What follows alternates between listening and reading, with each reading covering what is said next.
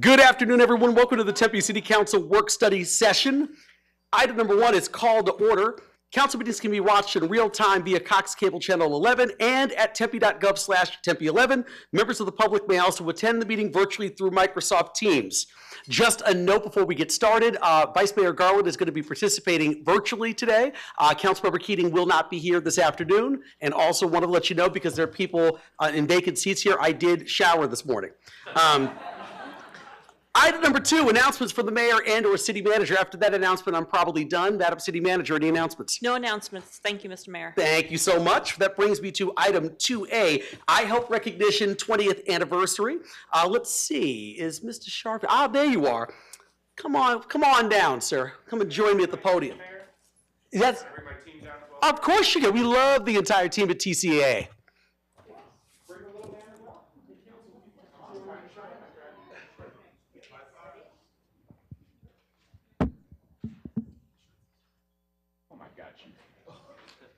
This is my time to run.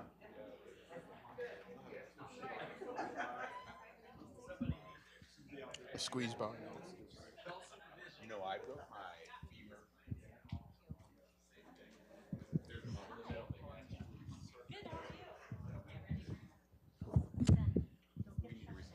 All right, so this is for the I Help 20th Anniversary celebration, and I'm going to take the little sticker off here so it's not distracting to those watching at home.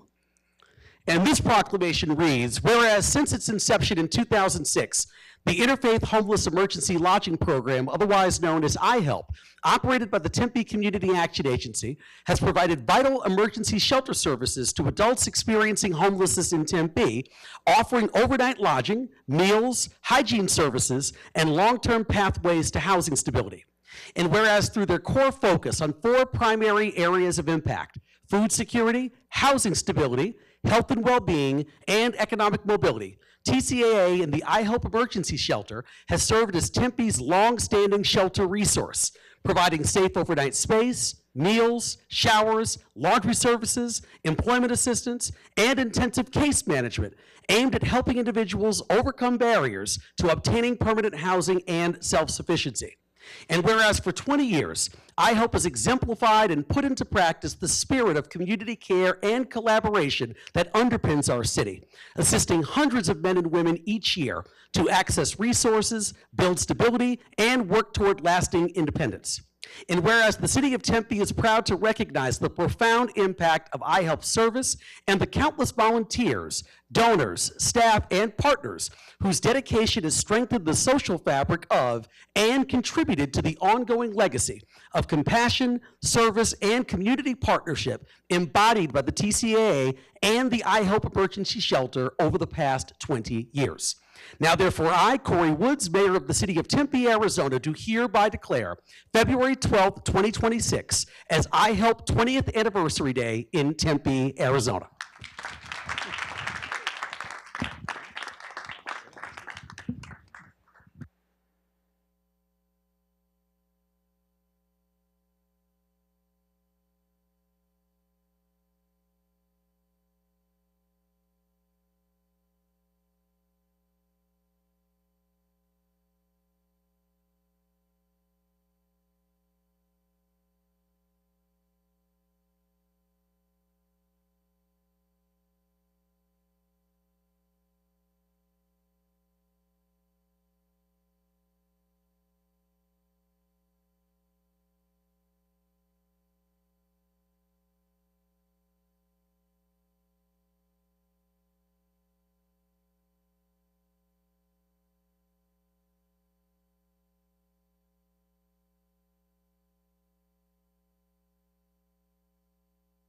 I'll make sure we're good.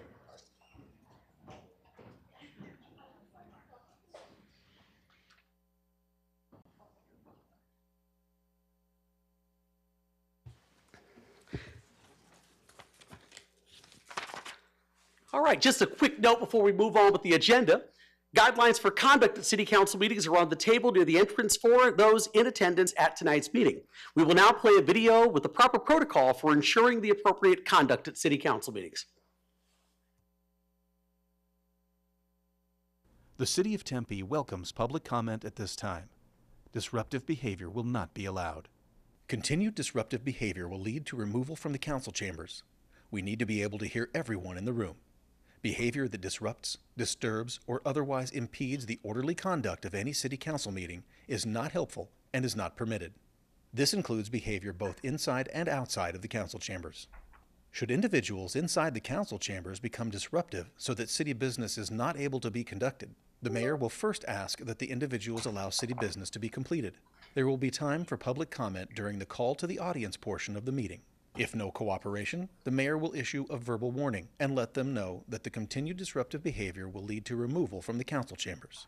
If there is still no cooperation, the mayor will issue a second verbal warning and let them know that the continued disruptive behavior will lead to removal from the council chambers. If there is no cooperation after asking and 2 verbal warnings, then the mayor will ask security officers to remove only those individuals who are causing the disruption. Security personnel should not engage in any way, but only escort them from the council chambers. If individuals refuse to leave, security personnel shall warn them that they are trespassing and that the next step will be arrest by a Tempe police officer. Tempe officers may have to arrest if individuals refuse to leave. Charges for trespass and disorderly conduct may apply, as well as other charges. Should anyone be asked to be removed, the mayor will recess the meeting. So before we continue or move into the call to the audience portion of the meeting, I want to take a moment to address campaign-related activity, especially as we are now very much in the 2026 election season. City council meetings are open to the public and are a vital forum for civic engagement. We welcome all individuals, including candidates, to speak on matters of public concern during the public comment portion of the meeting. However, because this is an official city council meeting that is both televised and live streamed using city resources, we ask all candidates, including any current council members, to refrain from electioneering or campaign-related activity while participating in this meeting. That means no discussing your candidacy, asking for votes or signatures, or displaying campaign materials such as signs, t-shirts, or literature while speaking. So thank you for helping us maintain the integrity and neutrality of our public meetings. Which brings me to item number 3, call to the audience. The City Council welcomes public comment at this time for the issue review session and committee of the whole items on this work study session agenda. There is a 3-minute time limit per speaker. Madam Clerk, do we have any cards this afternoon? None received, Mr. Mayor. Okay, thank you so much. Then I will move on here to item number 4, which is our issue review session. 4A is the Tempe Police Department Public Safety Update for 2026. And I see Chief Ken McCoy. Good evening, or good afternoon, sir, I should probably say. Good afternoon. I see some other members coming down immediately. Good to see you all. Great. So good afternoon, Mayor and Council. It's definitely an honor for me to stand here before you today. As you know, I'm Chief McCoy with the Tempe Police. As we begin, I want to start simply by saying thank you. Thank you for your leadership. Thank you for your support. And thank you to our community. We are deeply grateful for the Tempe community for the trust and encouragement that they provide our officers every day, and that trust matters. Without it, we would not be able to serve the way we do. So again, I just want to start by saying thank you. Tonight, I'm going to share with you progress that was made in 2025 by the police department. I'm incredibly proud of the results you'll see tonight, and let me tell you, those results didn't happen by accident. They are a reflection of the dedication, professionalism, and commitment of the men and women of the department. One of the top priorities for the department is ensuring that our citizens feel safe. Safe in their neighborhoods, safe in their businesses, and safe on our streets. I'm proud to say we are delivering on that priority. As you'll hear tonight, we achieved reductions in most crime categories over the course of the year. Those outcomes are important, but just as important is how we achieve them, through strategy, accountability, and a continued focus on prevention and responsiveness. 2025 was a year of meaningful operational improvement. We restructured key areas of the police department to better align resources within the community. We launched our strategic response section to address neighborhood concerns and quality of life issues more effectively. And we implemented new technology, including photo enforcement, to improve traffic and reduce serious collisions on our streets. Tonight's presentation will walk through that progress in detail. We'll begin with Administrator Amanda Bunger, who will share our overall crime trends and department-wide data for 2025. That will then be followed by Commander Katrina McCann, who will speak about our strategic response section. Finally, we'll conclude with Lieutenant Greg Bacon on traffic safety measures and the efforts we're making to make Tempe streets safe for everyone. So, Amanda?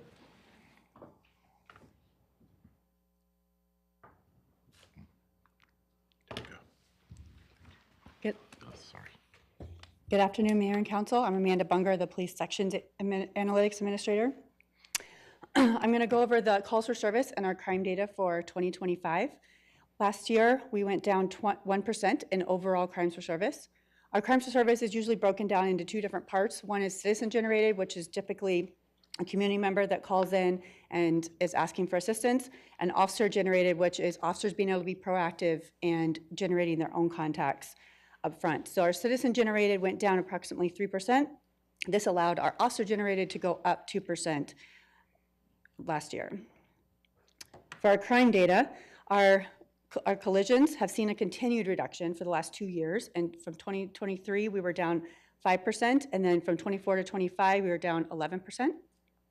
For NIBRS Group A offenses, we were down 14%, and just as a reminder, Group A, when we went to NIBRS, is your typical, the big crimes like burglary, robbery, homicide that the FBI asks for the most data on and what we report the most information on.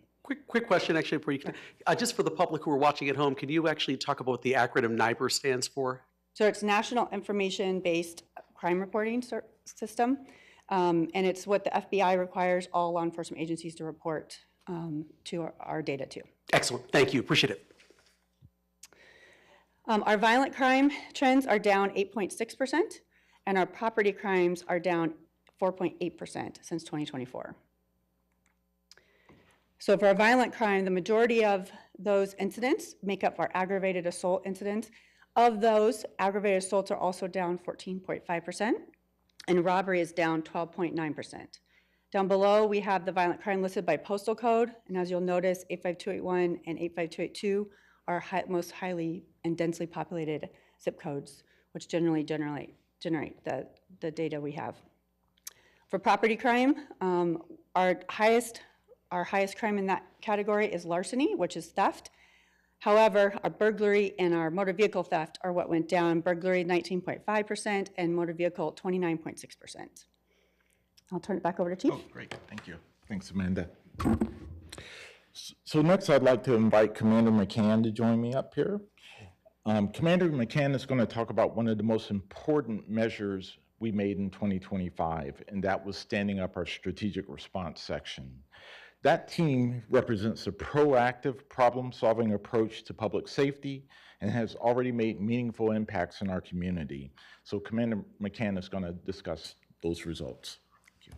Good evening. Thank you for having me.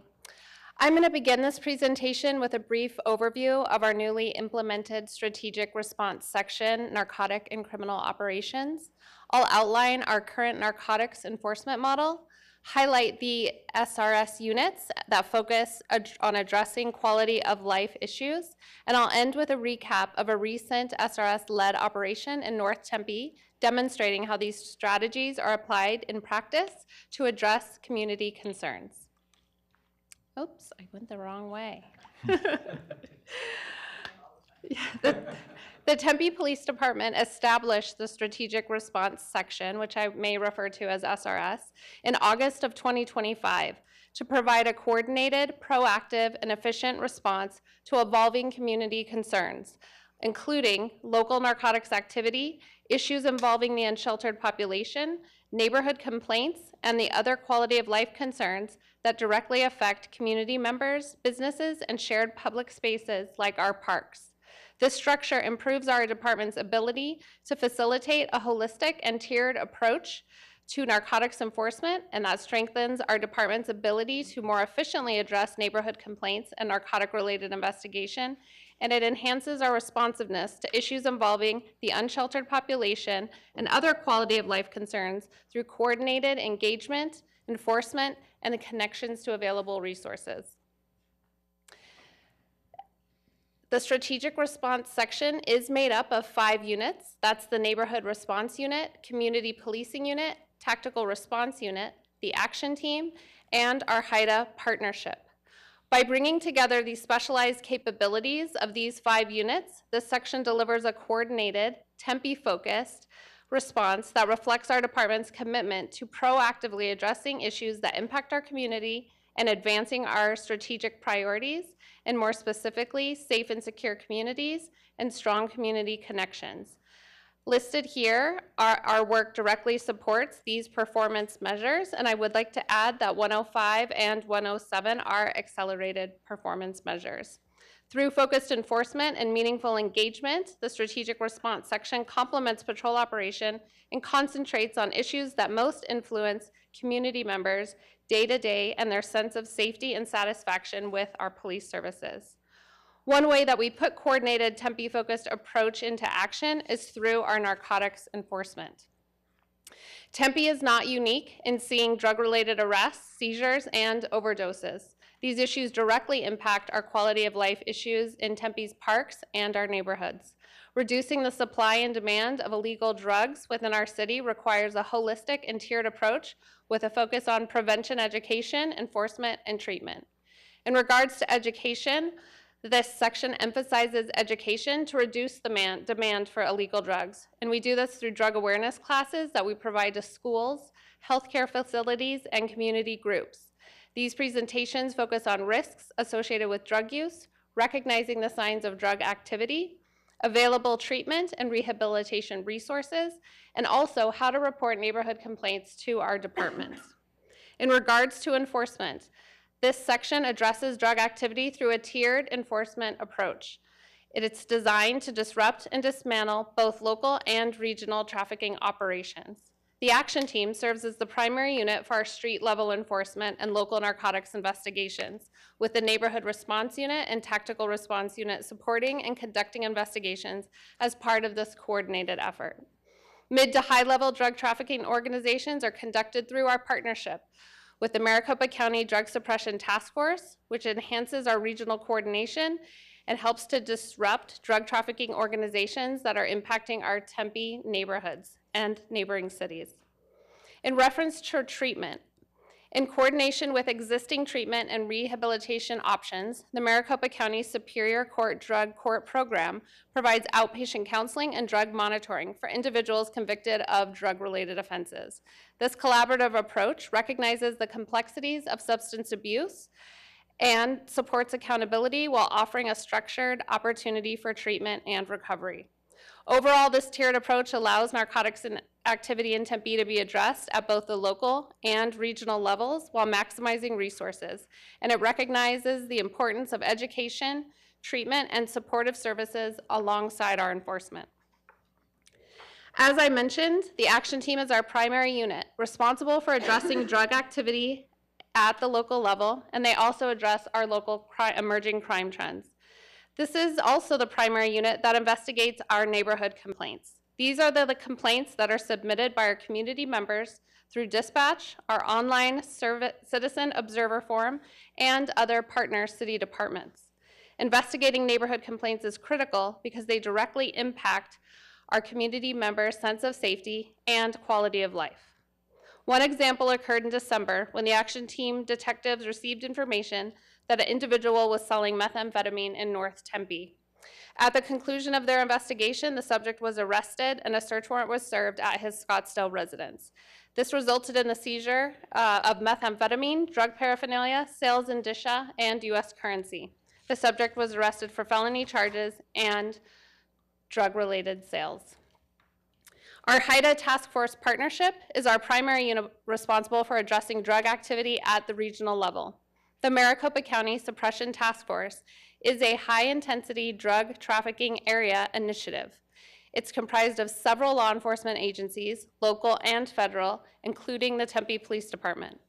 Their investigations focus on disrupting and dismantling mid to high-level drug trafficking organizations that drive violent crime and narcotics distribution in the Valley.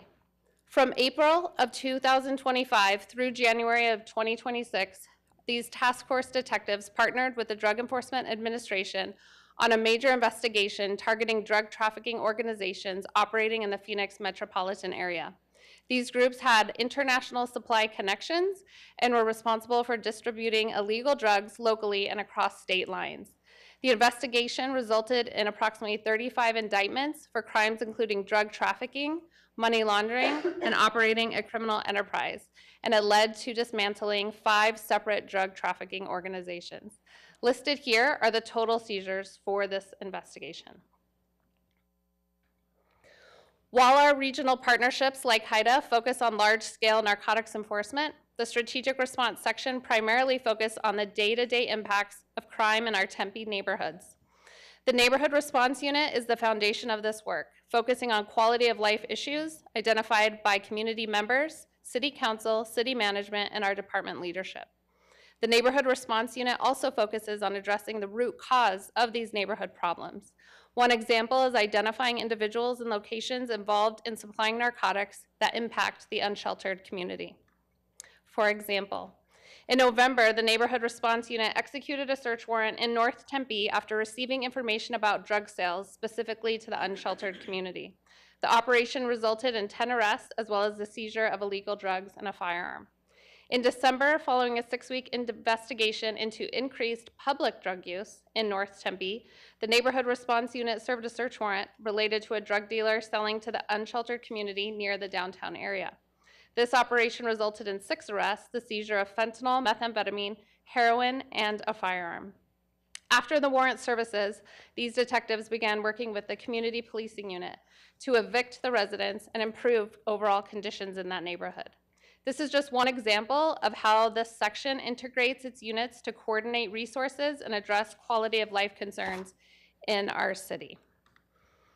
The Community Policing Unit plays a critical role in shaping public trust and satisfaction with police services.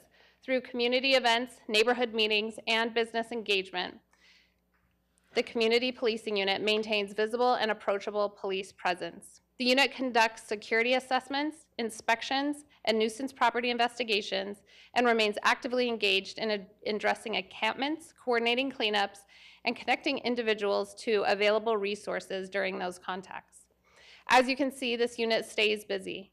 In 5 months, they attended a total of 278 community meetings and events, and they cleared 188 encampments. Here are just 2 examples of cleanups that were completed in January in partnership with the community development. I will say the majority of the work that this unit does goes unnoticed, but I do want to take a moment to highlight one notable success involving Clinton Fennell, who is pictured here. Clinton has experienced homelessness in Tempe since 2016 and was a familiar presence near Tempe Beach Park. In October of 2024, Clinton was the victim of an aggravated assault while in the park when an unknown suspect shot him in the face without provocation. Over the years, the Community Policing Unit and the HOPE team had numerous contacts with Clinton. They worked extensively to connect him with veteran services. It was through their persistent engagement that Detective Chris Hannigan located out-of-state family, coordinated a unification plan, and arranged for transportation. It was over Thanksgiving weekend that Clinton was reunited with his family, and this was a photo that they sent us when he arrived at their home. To conclude this presentation, I will highlight Operation Autumn Impact. It was a 3-week operation conducted from November 24th to December 14th.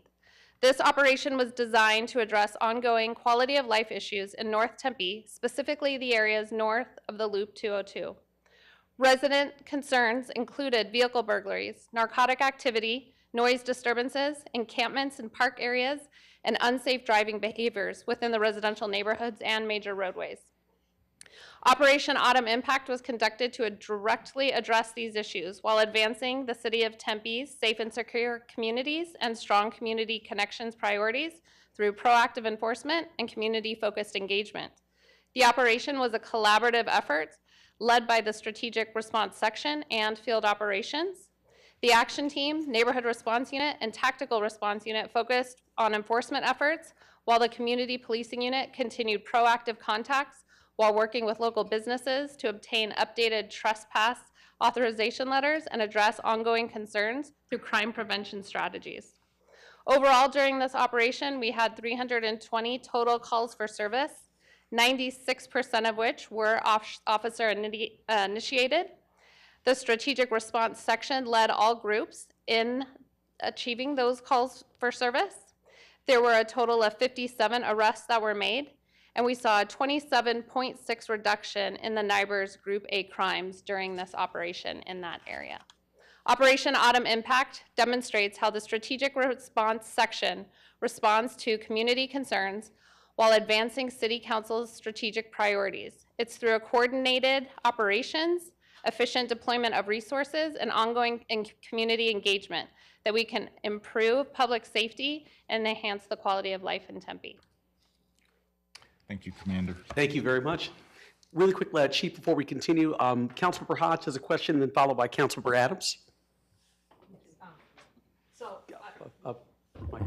So I'm sorry, I'm talking without the mic. I just want to say the presentation was not only was it educational, it's also inspiring to what we're doing. And I thank you guys for all the hard work and efforts you do to keep our community and neighborhoods safe. My one question is, does the park rangers information and their data, does it go into your data when you feed in, because of like what happens with in the parks? Does that feed into your data, or is that separate completely? So I will say, as far as the collaboration with the park rangers, we do work closely with them. And when I say we, specifically the neighborhood response unit and our community policing unit, I know our department is working on streamlining the actual systems that we use so that we're more able to quickly access reports that they write and vice versa. Okay, thank you. And my last thing is, I just want to give y'all a very big thanks for our SROs too, because that's a big part of our schools communities, and the work that you guys do with restorative justice and just making sure that our kids are safe, and also when they do get in trouble, helping to get to a point that they don't have that on their record for life. So I just want to thank you guys for that publicly too. Thank you. Yeah, the School Resource Officer Program is really one of our largest community policing initiatives. Having the officers developing those relationships is just tremendous as far as building trust with the department. Yep, thank you so much. Thank you, Commander. Thank you. Councilmember Adams? Yes, I have a question. From the November 24th through December 14th, is that just the 3 weeks? Or is this from November? No, correct. The Operation Autumn Impact, it was a 3-week operation. Wow. So look at those numbers. Yes. I just want to really point that out. You all did a great job really cleaning up that area, and I really appreciate it. I know our North Tempe residents appreciate it, and let's keep it going. I like it, and it's a fantastic presentation. And what I really like is that you have numbers. You have statistics to back up what you have in the presentation, and that's so important because people will try to twist things and all that. Well, you've got the numbers right there, and I love it. I love stats. Thank you. Thank you. One more question, this is for you. Real quick, actually, Councilmember Amberg, then Councilmember Hodge. I just have a really quick question. Did you say that 95% of these 320 calls for service were officer-driven? Yes. That's phenomenal. Yes, Thank you. I just wanted to make sure I heard that right. Yes, very pleased with that. Those are fantastic. all officers Thank you. out there seeing things and then engaging. Thank you.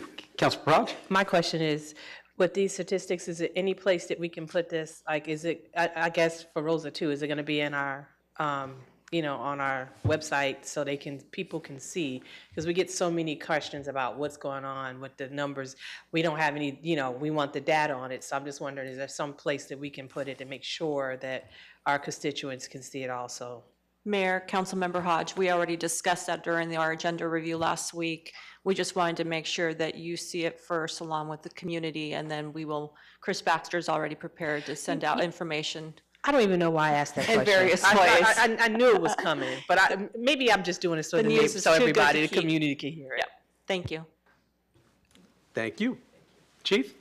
Okay, great. Thank you. So next, we're going to have Lieutenant Greg Bacon join me.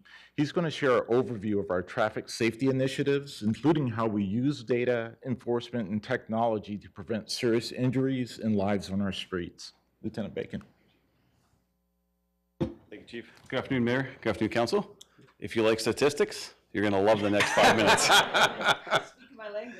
So what I'd like to highlight is Vision Zero, as well as I really want to highlight the efforts that our photo enforcement program and the strides that it's made and how valuable it has been in the city of Tempe. So Vision Zero, as you know, is our goal as a city that we've adopted and signed up for to have 0 serious physical injury collisions or fatal collisions in our city. And how we identify that is yearly. We work with traffic engineering, and we identify corridors. And I'm sure you've seen these signs around Tempe with the safety corridors and strict enforcement, and they're spread out into 4 quadrants. We have one in the northwest, the northeast, the southwest, and the southeast portions of the city. Feedback from community members, community safety, and community awareness. That's what's really important to us. We want to make our roads safety. We want to make our roads safer, so we want the community to understand, make them aware, as well as our populations driving in and out of the city. So the signs that you've seen, how we make a difference as a police department. So let's look at some of the collision data as it pertains to Vision Zero. In 2025, our collisions citywide decreased by 11%. We've had a 10% decrease in injury-related collisions, a 4% decrease in serious physical injury collisions, and a 21% decrease in fatal collisions. We are going the right way as a city with fatal collisions. Through enforcement efforts, 3,898 vehicle stops were made in the safety corridors, and then an additional 11,568 vehicle stops were made outside the safety corridors, areas where our community members have concerns of traffic safety, our school zones, and other areas where we've seen speed-related collisions alike. So let's really talk about what photo enforcement has done. So you're going to see this map in front of you. It's got a bunch of dots and numbers, and kind of let me explain that map to you. We have 16 fixed cameras located in 14 intersections.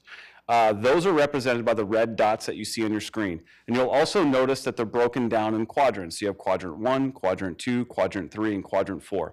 And how we came up with this, where to put the cameras, was in collaboration with traffic engineering, where we looked at 5 years of collision data where we had 3 or more serious physical injury or fatal collisions. Because again, Vision Zero, 0 serious physical injury or 0 fatal collisions. So 2 of our intersections have multiple cameras. That's why we have 16 and 14 intersections, and that is Baseline Road and Roll Road. We have southbound Roll Road, and we have westbound Baseline Road. We also have Rio Salado Parkway and Roll Road, where we have eastbound Rio Salado Parkway and westbound Rio Salado Parkway. And again, those cameras capture both red light enforcement and speed enforcement alike. We also have 4 mobile speed cameras that we rotate on 25 locations. And again, those are represented by the blue dots. Those are rotated every 2 weeks. So we put them out in a location for 2 weeks, and then we move them to another area. And we kind of strategically put them in maybe section 1, section 4, section 2, section 3, but they're always in one of those quadrants all the time. They're chosen on speed-related collisions, so as we look at our speed and we look at where we've had speed-related collisions and we deploy them there, as well as our school zones to include Marcos, Deniza, and McClintock High School. Those were chosen specifically at this point because of collisions related to speed around those high schools. We are still looking at implementing them and rolling them out to the other school zones as well. Additionally, including neighborhood based on community member speed concerns. So how we do those is we have speed trailers. And if a community member says, hey, I got an issue with speed in this area, we'll deploy our speed trailers, do a speed study with traffic engineering or ourselves, and then determine should we deploy the cameras there. So photo enforcement has had a huge impact on community safety. So I'm going to actually give you some updated numbers that are fresh today. I pulled them this afternoon. So from June 6, 2025 to now January 31st of 2026, we've issued 33,464 citations. Now you'll see the red light and speeding violations. Those are specific to the previous numbers listed there as 31,839. We don't have the actual raw data yet. We're still processing that. But those numbers were processed based on 31,000 citations. So with that, I mean, we've had 7,818 red light violations and 18,572 speeding violations. The photo enforcement is working in the city of Tempe. It is making our community safer.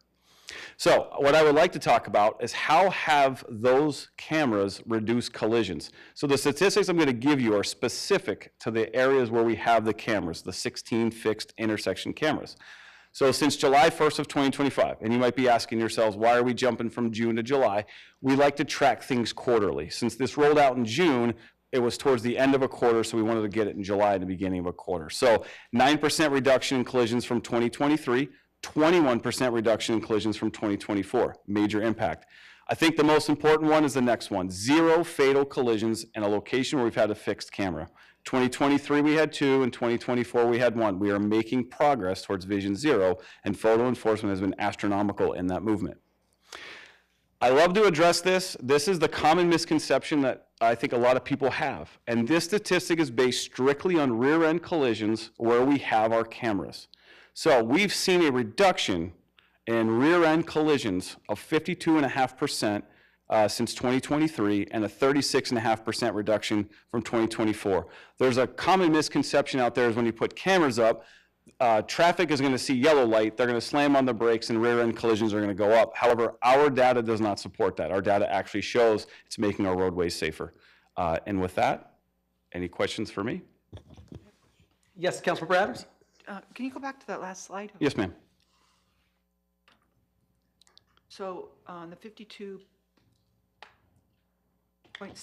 reduction from 2023, and then you have 35.5 reduction in rear-end collisions from 2024. So like, are those, that's just each year? Yes, so if you look on the right-hand side, it'll show we had a total of 55 rear-end collisions in 2023. And again, these are in the areas where we have the photo enforcement cameras. Okay. And then in 2024, we had a reduction of 41.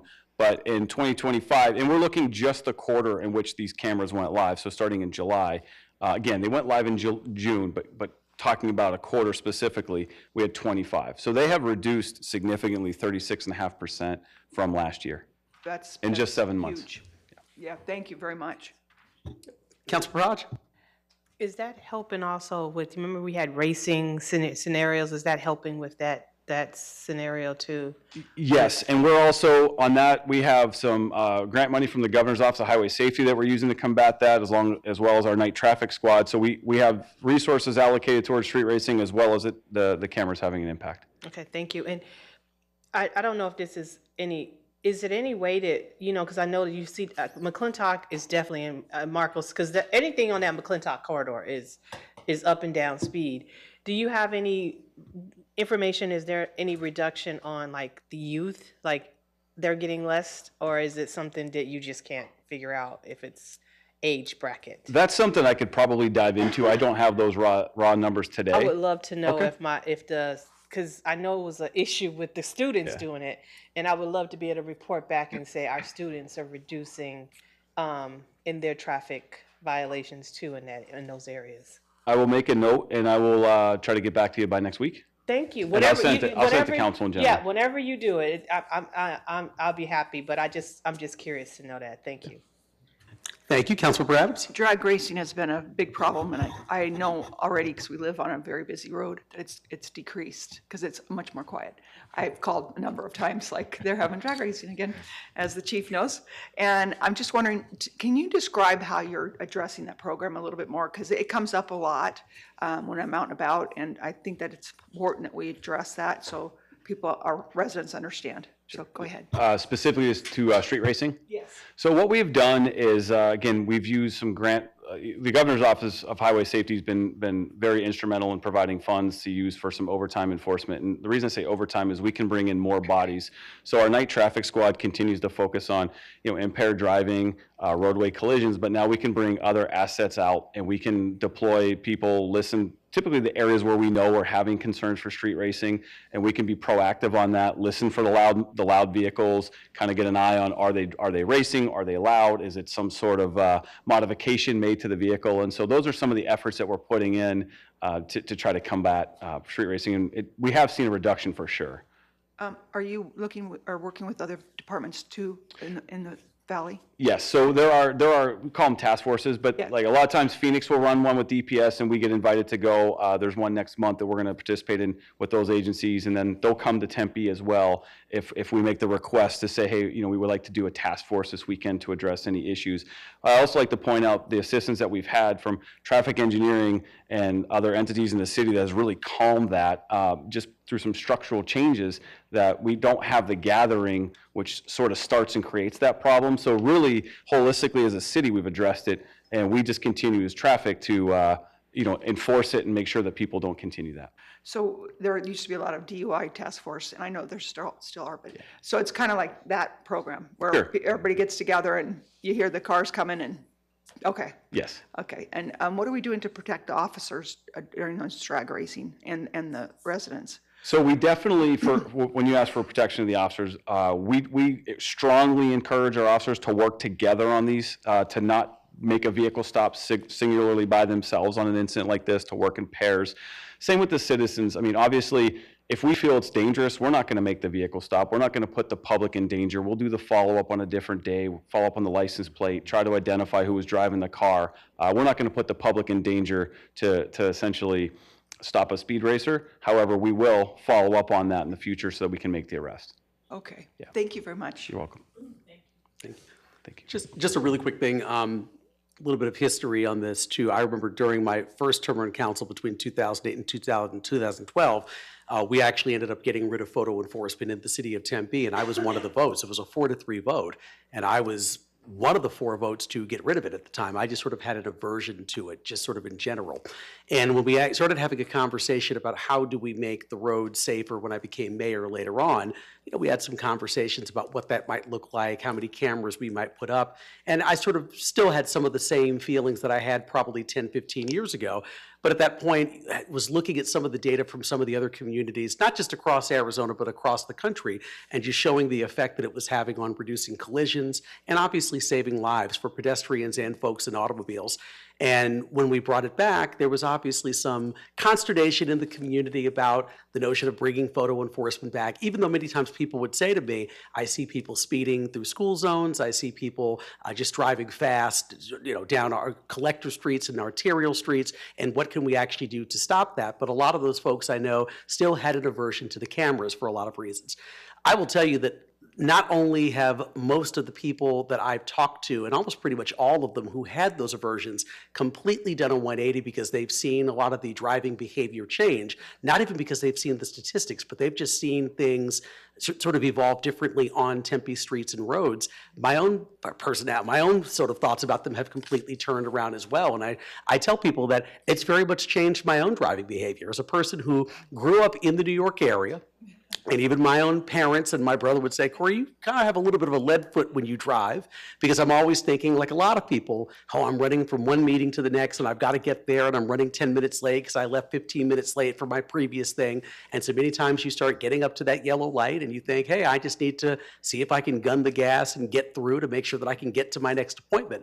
But one of the things that has sort of happened with photo enforcement, and obviously for anyone watching at home, yes, I may be the mayor, but I have not memorized all locations where they're at intersections. And we obviously do have the 4 mobile cameras that we move around quite a bit to make sure that people don't think they can just simply memorize where the fixed cameras are. So it keeps everyone a little bit on their toes. But I will tell you, it's very much changed my own driving behavior and made me a lot more cognizant of not only my own physical well-being, but the well-being of others. And so, quite honestly, I'm very happy that we've actually gone to this. It's not about ticketing people or getting violations or generating revenue for the city. It's about saving lives. And so, quite honestly, sometimes even when you do something and it might not be instantly popular or people might have some immediate misgivings, we don't sit up here as council members or as mayor or city manager or the police department to do things to simply be popular. We do things because, frankly, they are studied, we have the data, we've done the research, and they save lives. And so, frankly, I just wanted to say, not only have you converted the people that I know in this community who immediately had some misgivings, you've made a believer out of me. So I just wanted to say thank you. Thank you, Mayor. Well, Councilmember Amberg, then Councilmember Hodge. Yes, thank you. Well, I would like to say that I've always been a big fan of photo enforcement. And for everybody, including my husband, who is opposed to it, my response is always, don't run the red light and stop speeding. And you'll get where you're getting just fine and everybody will be happy. But my question is, there is, if I'm not mistaken, Jonathan, a bill going through the legislature right now to basically tell cities that they can't use photo enforcement. I mean, are you guys I've been down at Senate 3 times gonna in the be last my month. question. And, you know, Thank you. working well with Jonathan, coming up with statements. We're going to try to meet with some senators one-on-one as well, just to show them the data. I think the data speaks for itself. And I think listening to people talk about the rear end, that bothers me so much, the rear end collision, because we have the data that refutes it. So I have thankfully been working with Jonathan quite a bit on going down to Senate to make our position known. That's fantastic. If you need any help, let me know. I'll go down there too. And Mr. Mayor, by the way, if you drive with like one of the apps that tells you where to go, it will actually say photo enforcement ahead. Yeah. Oh, okay. Yeah, Waze. I don't do that actually, but it's been strictly the photo enforcement that's changed my habits, but thank you for letting me know about that. So, Councilman Raj? Okay, I guess mine is not a question. Mine is just a suggestion. I know this is thinking future and way in the future, but you know, like Country Club Way, that's a very high population of people. Is there any thoughts in the future of maybe having some kind of detections on like major roads like Country Club Way that gets a lot of, because they've even had fatalities on that road, and to put something, I know it hasn't been in the neighborhoods, but is that like, because that's such a go through pass, is that something that you ever thought about doing? Sure. So Country Club is unique. It's to me, I look at like Alameda. Any one of those residential roads that are so wide that give the false perception of the speed limit is much higher than it actually is, 25 miles an hour. Yeah. So that's somewhere where we could put a speed trailer, conduct a speed study, Yeah. and determine if that's an area where we can allocate those resources. You know, a lot of times you see cut throughs when there's construction. Yeah. So we are cognizant about if there's an area where there's construction and we start getting community member concerns, we'll deploy speed trailer, do some speed studies, and then deploy the mobile cameras. Yeah, because right now Conley is under construction, and it's a lot of deterrent on that. So I just wanted to put it out there that I would love it, because I know I do get a lot of people, you know, telling me that they're worried about, you know, Country Club Way. Alameda is another one I get a lot about too. So I was just wondering if that's something that we ever thought about doing. Thank you. Thank you. Thank you. Sounds good. Thank you. Chief? Great.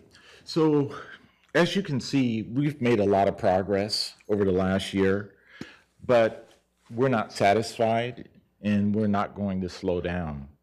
As we move into 2026, my vision for the police department is clear and ambitious. I want the Tempe Police Department to be the best police department in Arizona. And anytime anyone asks, what is the best police department in Arizona? I want the answer to be the Tempe Police Department without hesitation. I firmly believe we have the talent, professionalism, and commitment to achieve that goal. This year, we will operate with a renewed sense of urgency, and that's urgency in how we respond, urgency in how we investigate, and urgency in how we hold offenders accountable. We will do this while remaining grounded in our values of professionalism, excellence, and compassion. Those values are not just words to us, they're the expectations we hold ourselves to, and they will continue to shape how we serve this city. So again, I want to say thank you for your partnership, thank you for your trust. It's a privilege for us to serve this community, and we look forward to continuing working together. So thank you, and we're open to any other questions you may have for us. Thank you, Chief. Appreciate the presentation. Anyone on council have any further comments or questions? No, I just want to say that we are the best. Like, We are the best. You know, we're not striving. We're there. I'm a little biased also, council member, but I want to make sure everyone knows that. great. Thank you. Exceptional job, Chief. Thank you very much. Appreciate Thank it. you. Appreciate it. And thank you to all the men and women of the Tempe Police Department for the work that you do. Thank you. Next up, item 4B, 2026 Tribal Gaming Grant Proposals. We will now bring up Jonathan Sheffield, our Government Relations Director, to give a presentation on item 4B. Mr. Sheffield. All right, good evening, Mayor and members of the council. Appreciate the opportunity. As you know, the tribal gaming grants have been in existence since about the year 2000 when it was passed by the voters in the state. And so the tribes statewide are now required to share 12% of their gaming revenues with local governments and nonprofit organizations for which local governments serve as the pass-through for those funds. So I'm here to give you a presentation on the requests specifically that city departments are going to put forward. And then I'll talk a little bit about the timeline towards the end. But as far as the council priority, this would meet the revenue forecast variance 5.1 to achieve revenue forecast actual variance for budgetary year of plus or minus 3% for taxes and intergovernmental revenue. So the requests that we have internally, we have 19 from 2 different departments totaling $1,610,643. 12 from Health and Human Services, 7 from Community Services. I mentioned that we serve as a pass-through for some of the contributions to external organizations as well. We've received those applications. The deadline was February 2nd to receive those. So we're currently going through those, and we'll have a presentation on that later on. Again, the resolutions with the final internal and external programs will come before the council at our next regular meeting, March 5th. We will make sure that the applications are submitted to the various tribes by their deadlines. They vary from, I think it's GRIC that's at March 31st, and then all the way towards the middle of the summer. So there's quite a bit of variance there. And then the tribes typically make their decisions, and we help to pass out the checks in the fall and winter towards the end of the year. And so with that, I'm happy to pause and answer any questions you might have. Great. Thank you, Mr. Sheffield. Councilmember Adams. So it's based on the percentage that the tribes make, correct? Correct. Yes. So has that money gone up as gambling's increased? I'm sure it has statewide. I can look into that and see if I can find the Okay, revenue because I think figures. that'd be important to, Sure. to spread that news. Sure. Thank you. Great. Thank you. Anyone else? Any comments or questions on item 4B? Nope. Mr. Sheffield, thank you. I didn't time that, but definitely under 3 minutes. So. Appreciate it. Thank you, sir. All right, next up, item 4C, Public Art Plan Update. Good afternoon. Good afternoon, Mayor and Council. Thanks for having us once again. We're really excited to share the Public Art Plan. As you know, it's been a while. We've been here a few times, but I'm excited to be here with Josh Lapp from Designing Local to share the culmination of this project. As you know, this falls into the Strategic Priority and Performance Measure 3.17, the Quality of Community Services Programs. And what we're here to do today is just to give you a really quick shot at the public engagement and highlight the inventory, but more than that, focus on our vision for the future and the objectives and strategies that came out of this process.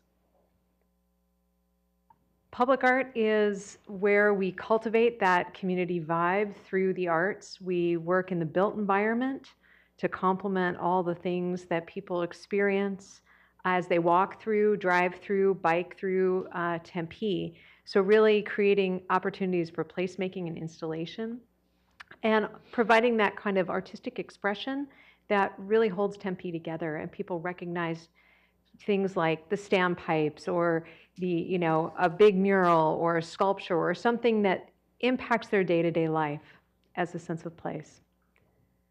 With that, I'd like to hand it over to Josh Lapp, who we've been working with Designing Local on this project, and he can share more. Hi, everyone. Excited to be here. I did want to call out, our team developed the plan and led the process, myself and team member Gabrielle Smith. But we also had another team member, Todd Bressie, who was instrumental in this. If you count up all the folks we connected with, there was probably at least 1,800 individuals that we got feedback from. We did some really cool large events, one at the Eisendrath House, where we had a former public artist that actually lived in the house come and talk about the future of public art in Tempe, as well as some open houses at the Tempe History Museum and virtual meetings. We also tabled at the Tempe Jam and a bunch of other community events. And we had several large-scale surveys where we got really great feedback, in addition to some more closer one-on-one conversations. So all of those conversations really culminated in some major takeaways for us. One was that people want to see public art that reflects Tempe's identity. They want to see it integrated into their daily life.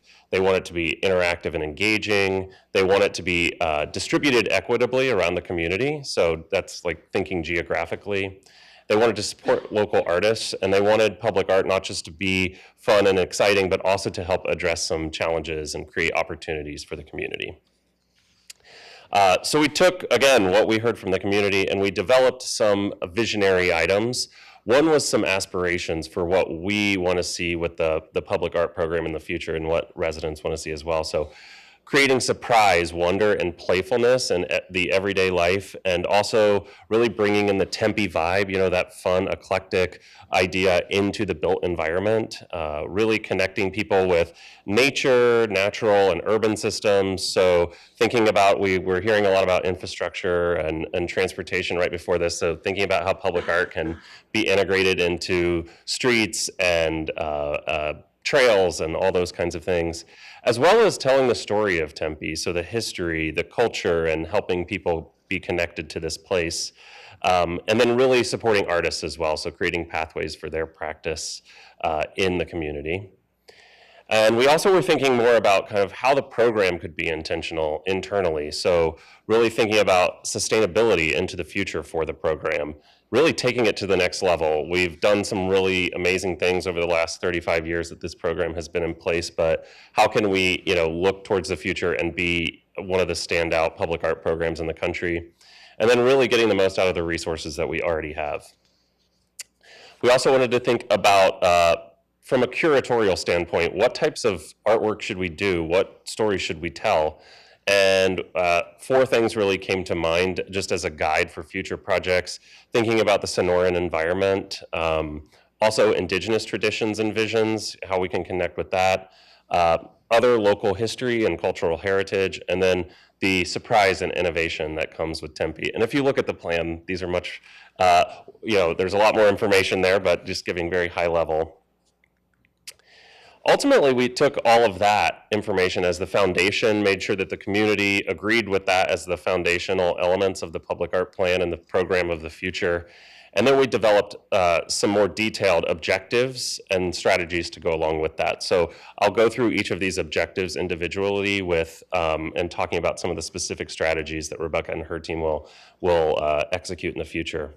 So thinking about strengthening Tempe's sense of place and connectivity using public art, ensuring that public art is geographically widespread throughout Tempe, fostering an innovative program that levels up public art, documenting, refining, and formalizing procedures within the public art team, enhancing the existing art and private development program as well, and then strengthening the management of the collection so we have that collection well into the future.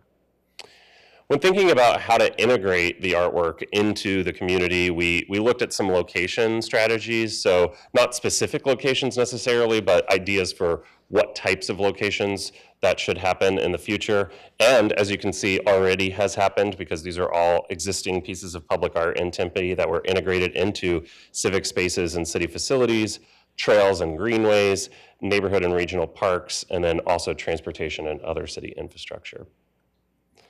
Objective 2, really thinking about how public art is geographically spread throughout Tempe. We did some research and actually do have some numbers on this, which is really impressive. 98.4% of residents are within a 20-minute walk of public art in Tempe. So that, to me, is an incredibly impressive statistic. It's the best one I've ever seen. So Rebecca and her team, you know, there's a few little gaps to fill, and they can use this map to look for future opportunities and prioritize places that maybe, you know, maybe are a 20-minute walk, but maybe we can get that down to a 10-minute walk, just to ensure that public art is geographically widespread, but we're doing a really good job already. So they're going to regularly update this map as new projects come along. And then really using this to also look at how, you know, future CIP projects, like is there a project coming up in a place that we could increase access to public art? Another opportunity would be to continue to encourage HOAs to do neighborhood grant applications. So though it is widespread, it is still more widespread in North Tempe, and so getting the HOA communities to do the neighborhood grants that would add public art within those areas is a really good way, because we don't always have city facilities within every neighborhood. Thinking about leveling up the public art program, Advancing signature projects is a key idea. Also undertaking a curatorial approach to integrating public art into infrastructure, so starting right from the get-go and having artists or other folks on board to help tell us, how could we and should we integrate public art. Also, Rebecca and her team really have a strong interest in helping to mentor public artists so that we can bring up new generations of artists in the Valley and bring them from outside to really be a launch point for early and mid-career artists. Tempe might not always, it doesn't have the biggest public art budget in the region necessarily, but we want to make the most impact with what we do have and focus on bringing those folks in who are going to be like celebrity artists in the future. Let's really get them and help them and mentor them into getting to that point. Also providing educational opportunities to help developers, some of those neighborhood folks and others who want to do public art in the community, do it the best way that they should. So, getting contracts right and doing all those things, continuing to make that work.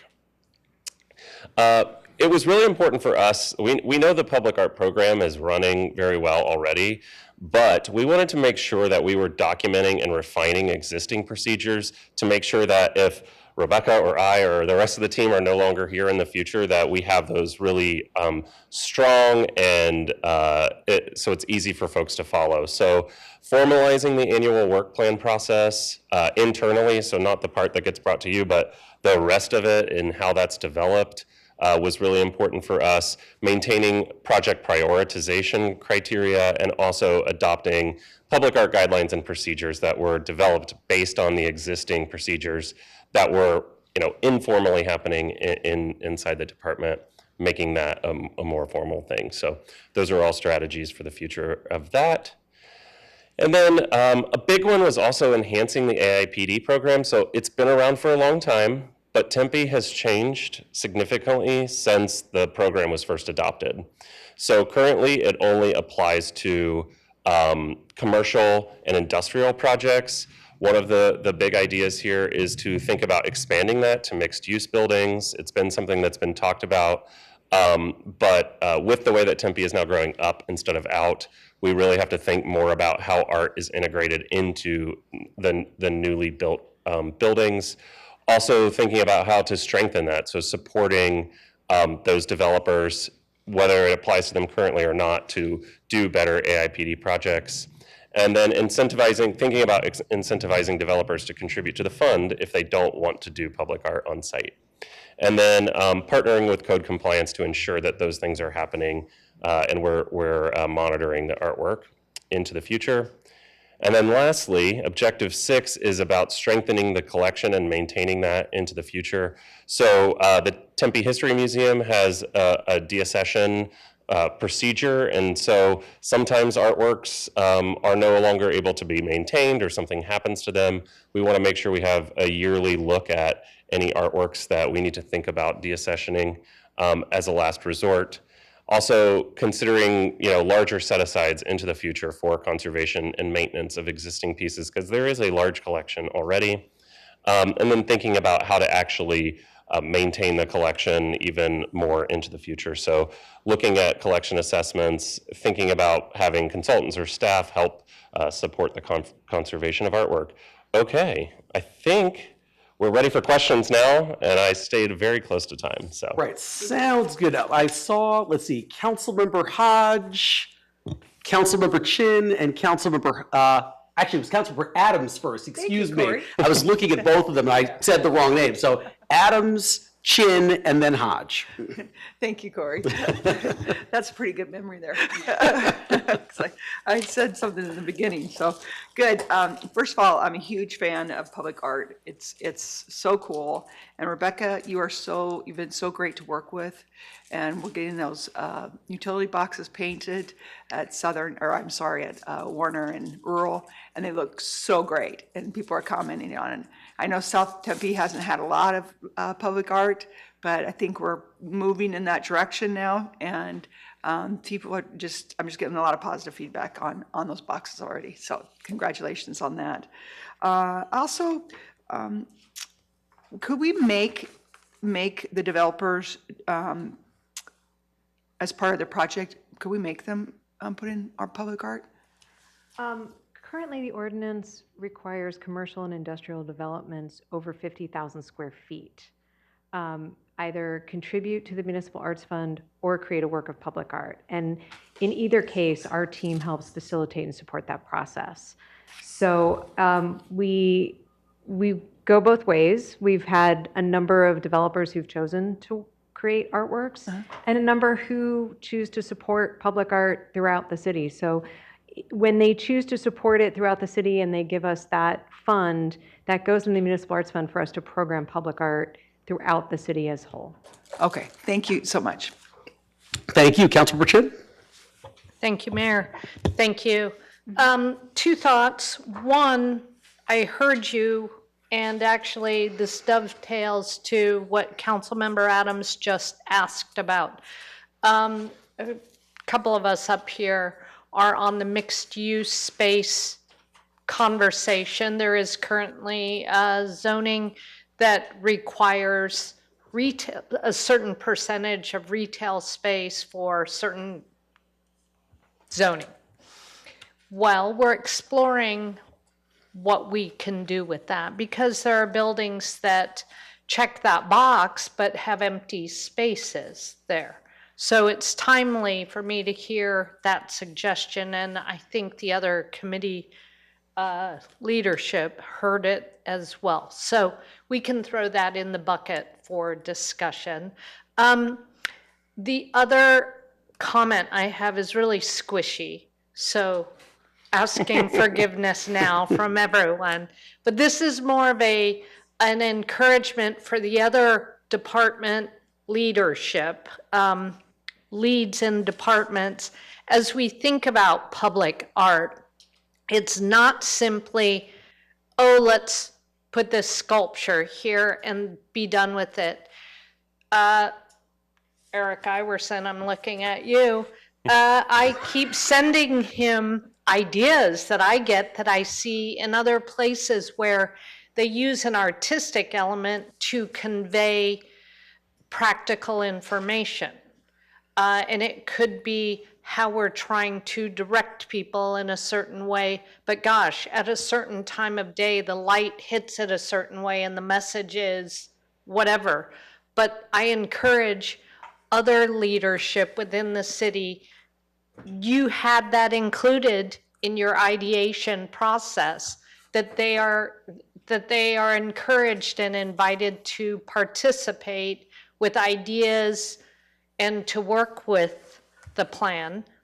Well, I'd push that a step further. What can we do at water or with recycling or, right? Bulk trash, my favorite topic. No, it really is.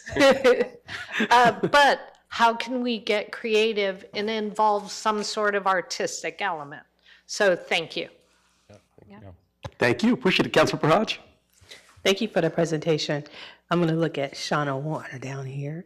Can this information, like this presentation, be displayed to all the neighborhoods so they can get this information and kind of use it? Because I know our neighborhood is going through some areas that are empty spaces, and maybe we can be working with grants and seeing what other neighbors has done to do that. Okay, thank you. So I got a good nod on that one. And my second thing is more about not the art itself, but who is creating it. So when do you connect with the schools and ASU when you're looking for artists? I know you look for artists like Tempe based, but we have some phenomenal students and from our college level all the way down to kindergarten that's doing great artwork. And I just want to make sure that they're inputted into this also, because they are the future. Absolutely. In fact, we're working with ASU really closely this spring on some initiatives that will help. And part of this plan is to educate, right? The rubber hits the road when you're actually working on a city contract. And so my team and I are really working closely to help those ASU students learn how to take their skills into a professional realm. through workshops and through some other initiatives that we've got going. As far as the schools go, when we have projects that are near a school, for example, you're all familiar with the Mill Ave underpass. Yes. We're very much in conversation with Tempe High. We're really trying to bring as much as we can to work with students so that they can see that a career in the arts isn't just, painting on a wall and you walk away, but it can be much more integrated into city planning, into urban design, into engineering and other things. So that's very much in the process of working with students. Thank you. And also, I would say not just the high school students, but we have some very artistic, artsy third graders, second graders, fourth graders. So I just would like it to, it expanded out to all levels of our students. Absolutely. Thank you. Thank you. All right, any other? Yes, Councilmember Amberg. Thank you, Mr. Mayor. I have loved everything about this. I love art. As anybody, it's been up to my office on the third floor, and I've been trying to put it on the art map, but apparently I can't because it's on the third floor. I learned a new word today, so I had to Google it. Deaccession means to take art away and, to sell it.